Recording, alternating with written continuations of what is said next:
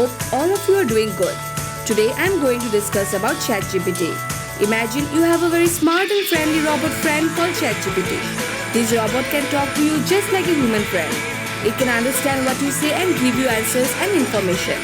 You can ask ChatGPT any questions you have, like what is the tallest mountain in the world?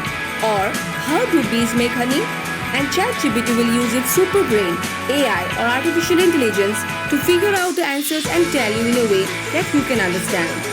ChatGPT doesn't get bored or tired, so you can talk to it as much as you want and it will always be happy to chat with you. It's like having a smart buddy who knows a lot about almost everything. ChatGPT is just a computer program, so it doesn't have feelings like a real person. But it's really good at helping you and making learning fun. So feel free to ask it anything you are curious about and it will do its best to be your helpful robot friend. Thank you very much. Subscribe to my channel Kidly World. Thank you.